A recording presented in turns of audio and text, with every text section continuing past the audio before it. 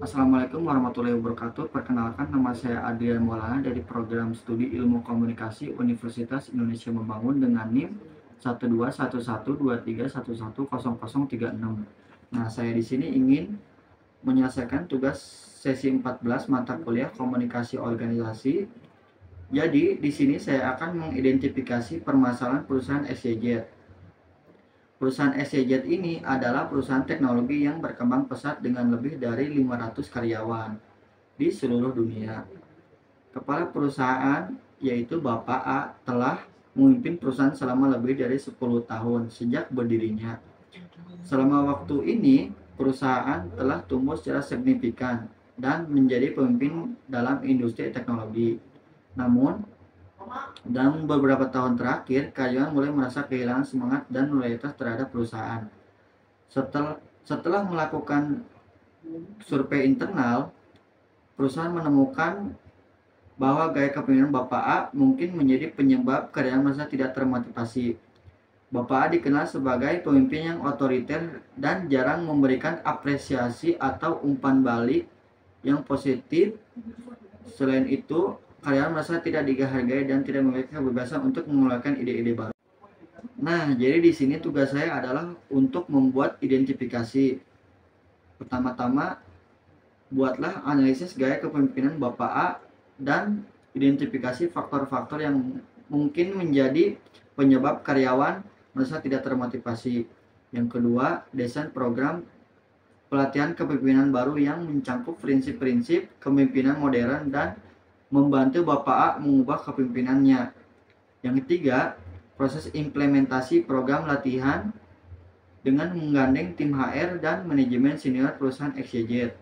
Yang keempat, yang terakhir, bagaimana melakukan evaluasi efektivitas program pelatihan setelah implementasi. Nah, jadi gaya kepemimpinan dari si Bapak A ini adalah otoriter. Gaya kepemimpinan otoriter memiliki beberapa karakter. Yang pertama, keputusan sentral. Jadi, keputusan sentral ini, pemimpin mengambil keputusan secara mandiri tanpa melibatkan anggota tim saat proses pengambilan keputusan. Dengan tanpa memperdulikan masukan dari setiap anggotanya, keputusannya itu juga harus mutlak berlaku meskipun buat para bawahan merasa tertekan.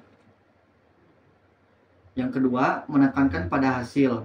Walaupun gaya kepemimpinan ini dapat terasa keras, pemimpin otoriter kerap menekankan hasil dan efisiensi dalam mencapai tujuan.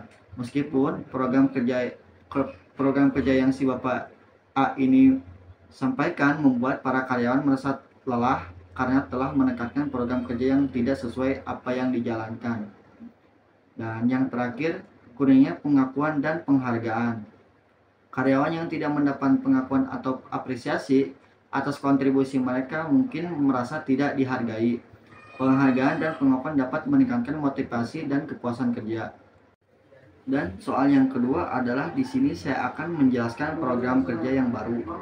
Jadi program yang pertama yang saya bawakan yaitu komunikasi terbuka. Komunikasi terbuka ini memiliki tingkatan komunikasi terbuka dan transparan di antara pemimpin dan karyawan. Berikan informasi yang cukup dan mendorong pertukaran gagasan, sekaligus untuk menyampaikan solusi agar perusahaan dan cara program berjalan lancar tanpa hambatan supaya para karyawan merasa nyaman. Dan yang kedua adalah model kepemimpinan positif. Pemimpin harus menjadi contoh kepemimpinan yang positif, modelkan nilai-nilai seperti kejujuran, integritas, dan etika kerja yang tinggi, beserta disiplin agar kalian bisa mengikuti jejak yang dilakukan oleh pemimpin yang positif. Dan yang terakhir adalah memberikan apresiasi. Memberikan apresiasi kepada karyawan untuk membuat karyawan merasa termotivasi dan sekaligus penghargaan yang dicapai karyawan agar merasa nyaman kepada kepala perusahaan yang dijalankan dan merasa jauh lebih dekat dengan pemimpin perusahaan. Selanjutnya, di sini saya akan menjelaskan proses implementasi dengan menggait tim HR dan manajemen senior dengan cara evaluasi dari program yang sebelumnya.